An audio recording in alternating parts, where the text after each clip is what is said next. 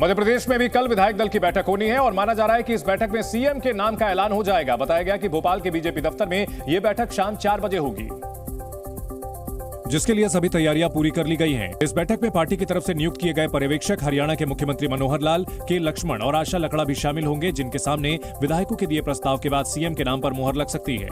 मध्य प्रदेश का मुख्यमंत्री कौन होगा? मुख्यमंत्री शिवराज सिंह चौहान सबसे प्रबल दावेदार माने जा रहे हैं। प्रहलाद सिंह पटेल, नरेंद्र सिंह तोमर, कैलाश विजयवर्गीय सिंधिया का नाम भी शामिल है। अब देखना होगा कि विधायक दल की बैठक के बाद आखिर विधायक दल और दिल्ली किस नाम पर मोहर लगाती है।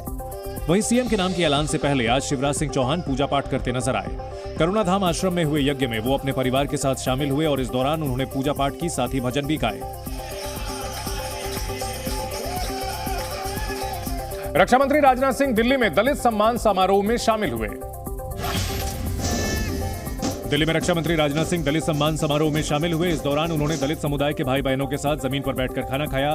साथ ही समारोह को संबोधित करते हुए उन्होंने कहा कि राजघाट के पास बापू की प्रतिमा को लगाना एक सराहनीय कदम है। विकसित भारत संकल्प यात्रा के तहत केंद्रीय मंत्री अश्विनी चौबे प्रधानमंत्री मोदी की गारंटी लेकर बिहार के बक्सर जिला पहुंचे। इस दौरान अश्विनी चौबे गरीबों के राशन काटे जाने पर जमकर भड़के। उन्होंने बिहार सरकार के अधिकारियों को चेतावनी देते हुए कहा कि गरीबों के लिए मुफ्त अनाज योजना केंद्र सरकार चला रही है, किसकी मजाल हो गई जो गरीबों का राशन काट रहा है। ऐसे लोगों पर गरीबों का श्राप लगेगा। यूपी के गोरखपुर में मुख्यमंत्री योगी आदित्यनाथ ने जनता दर्शन में दूर दूर से आए सैकड़ों लोगों की समस्याएं सुनी। इस दौरान उन्होंने अधिकारियों को निर्देश दिए कि वो जनता की समस्याओं पर पूरी गंभीरता से ध्यान दें ताकि किसी को कोई परेशानी ना हो। आंध्र प्रदेश में केंद्रीय नागरिक उड्डयन मंत्री ज्योतिरादित्य सिंधिया ने राजमुंद्री हवाई अड्डे पर नए टर्मिनल भवन की आधारशिला रखी। बीएसपी सुप्रीमो मायावती ने अपना राजनीतिक उत्तराधिकारी घोषित कर दिया। मायावती का उत्तराधिकारी कोई और नहीं बल्कि उनके ही परिवार का एक शख्स है और उनका नाम है आकाश आनंद। आकाश आनंद मायावती के भतीजे हैं। रविवार को मायावती पार्टी के राष्ट्रीय पदाधिकारियों की बैठक में आकाश आनंद के साथ पहुंची और यहीं पर उन्होंने भतीजे को राजनीतिक विरासत सौंप दी। मायावती जी ने देखा होगा कि नहीं, अब शायद वो इस चीज में अपने आप को मजबूत नहीं पा रही होंगी या दौड़ भाग करने में उनको लगता होगा कि आज उतनी मेहनत मजबूत नहीं कर पा रही होंगी, तो उन्होंने अपने भतीजों को नाम अपना उत्तराधिकारी बनाया है। आकाश आनंद अभी तक बैकग्राउंड में रहकर पार्टी के लिए काम कर रहे थे। हाल ही में हुए राजस्थान विधानसभा चुनाव के लिए उन्होंने राज्य में पद यात्रा भी की थी। आकाश को युवाओं को पार्टी से जोड़ने की जिम्मेदारी सौंपी गई थी। मायावती ने आकाश को उन राज्यों में संगठन को मजबूत करने का जिम्मा सौंपा है जहां पर पार्टी संगठन कमजोर है। यूपी और उत्तराखंड में संगठन मजबूत करने की जिम्मेदारी मायावती खुद संभालेंगी। मायावती ने उम्मीद के मुताबिक ही बहुजन समाज पार्टी की कमान भतीजे आकाश आनंद को सौंपी। मायावती के इस फैसले के बाद आकाश आनंद सुर्खियों में आ गए। असल में आकाश आनंद मायावती के भाई आनंद कुमार के बेटे हैं, जिन्होंने लंदन से मास्टर ऑफ बिजनेस एडमिनिस्ट्रेशन की पढ़ाई की है। बीएसपी की अध्यक्ष रहते मायावती उन्हें 2017 में राजनीति में लेकर आई और ऐसा उन्होंने राजनीति में परिवारवाद के खिलाफ बातें करने के बावजूद किया। हालांकि मायावती ने अपने भाई आनंद कुमार को राजनीति में कभी तरजीह नहीं दी, लेकिन विरासत की राजनीति को आगे बढ़ाने के लिए उन्होंने भतीजे आकाश आनंद को आगे किया। सबसे पहले 2017 में हुई सहारनपुर की रैली में मायावती आकाश आनंद को अपने साथ मंच पर लेकर आए, जिसे आकाश आनंद की पॉलिटिकल लॉन्चिंग का मंच भी कहा गया। इसके बाद से ही उन्हें मायावती के उत्तराधिकारी के तौर पर देखा जाने लगा। वैसे आकाश आनंद की पॉलिटिकल लॉन्चिंग के बाद से बीएसपी का प्रदर्शन हर चुनाव में खराब होता गया और 2017 के अलावा 2022 के यूपी चुनाव में बीएसपी का प्रदर्शन बेहद खराब रहा। यही नहीं, 2019 के लोकसभा चुनाव में भी पार्टी का प्रदर्शन कमजोर हुआ। अब बीएसपी में नए सिरे से जान फूंकने के लिए आकाश आनंद के नेतृत्व पर हर किसी की नजर रहेगी। एनडीए से अलग होने और इंडिया गठबंधन में शामिल होने के बाद सीएम नीतीश कुमार का पहली बार आमना सामना गृह मंत्री अमित शाह से हुआ। दोनों की मुलाकात पटना में 26वीं पूर्वी क्षेत्रीय परिषद की बैठक में हुई। बैठक की अध्यक्षता गृह मंत्री अमित शाह ने की। नीतीश कुमार ने अमित शाह को गुलदस्ता देकर उनका स्वागत किया। इसके बाद नीतीश कुमार ने अमित शाह को शॉल और स्मृति चिन्ह भी भेंट किया। इस बैठक में ओडिशा के मुख्यमंत्री नवीन पटनायक, झारखंड के मुख्यमंत्री हेमंत सोरेन और पश्चिम बंगाल की सीएम ममता बनर्जी को भी आना था, लेकिन दोनों नहीं आए। इसलिए इकलौते मुख्यमंत्री नीतीश कुमार ही गृह मंत्री के सामने थे। जो बात हुई मुख्य रूप से इन्हीं दोनों के बीच हुई। अमित शाह लंबे समय से मुख्यमंत्री नीतीश कुमार को निशाने पर रखते आ रहे हैं। उन्होंने बिहार में रैलियों में कई बार कहा कि नीतीश कुमार के लिए बीजेपी के दरवाजे हमेशा के लिए बंद हो चुके हैं। एनडीए को सत्ता से बाहर करने के लिए बने इंडिया अलायंस की बैठक को लेकर सस्पेंस खत्म नहीं हुआ है। 3 राज्यों के चुनाव नतीजों के बाद 6 दिसंबर की प्रस्तावित बैठक नहीं हो पाई थी, जिसकी वजह उस बैठक से नीतीश कुमार, ममता बनर्जी, हेमंत सोरेन और स्टालिन जैसे कई मुख्यमंत्रियों का उससे दूरी बनाना था। लेकिन अब भी चौथी बैठक को लेकर तारीख तय नहीं हुई है। हालांकि इस चौथी बैठक को लेकर कुछ चीजें साफ हो गई हैं। बताया गया कि INDIA गठबंधन की चौथी बैठक इसी हफ्ते यानी 7 से 8 दिनों में होगी, जिसमें गठबंधन के संयोजक पद पर फैसला नहीं होगा। इस बैठक में घटक दलों के बीच सीट शेयरिंग पर चर्चा होगी और गठबंधन की इस बैठक का फोकस आपसी तालमेल पर रहेगा।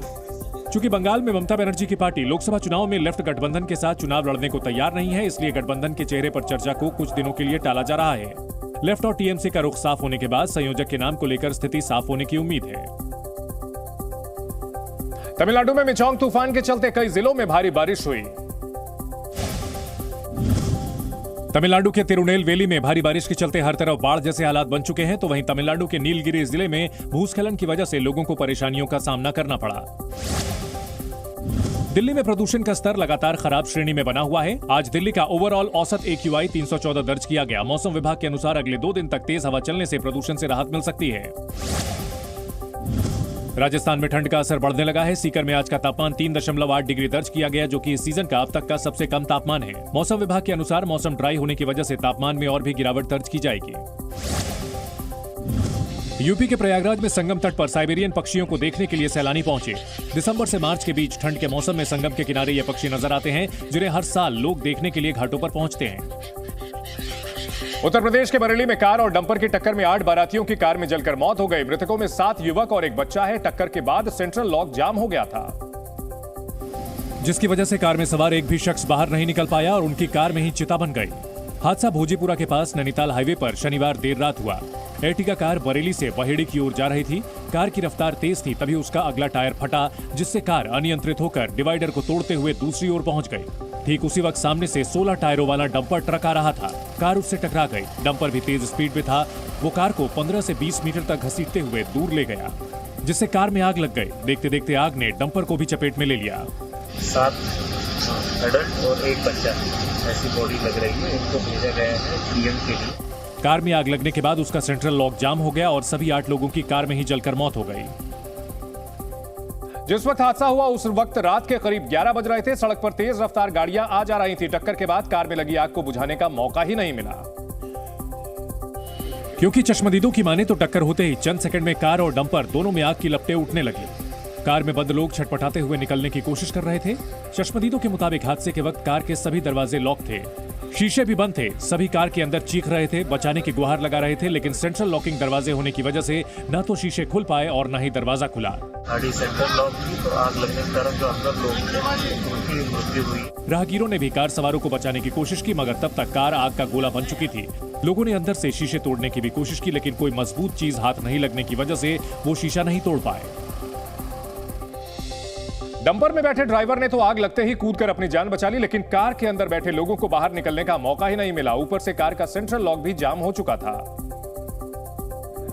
आग लगने के बाद कार खाक होकर कबाड़ में बदल चुकी थी। डंपर के आगे का हिस्सा भी जल गया।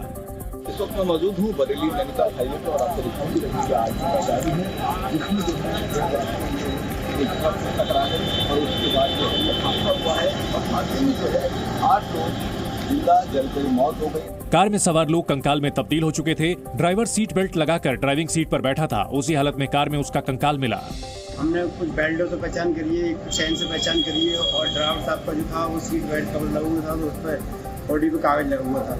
लोगों ने निकाला अपनी। शुरू में कार की पहचान करने में मुश्किल हुई, क्योंकि कार पूरी तरह जल चुकी थी, लेकिन इत्तेफाक से हादसे की जगह से महज 50 कदम की दूरी पर कार का बम्पर और नंबर प्लेट टूटा पड़ा मिला, जबकि कार रॉन्ग साइड में चल रही थी। नंबर प्लेट से कार की पहचान हुई। Z News.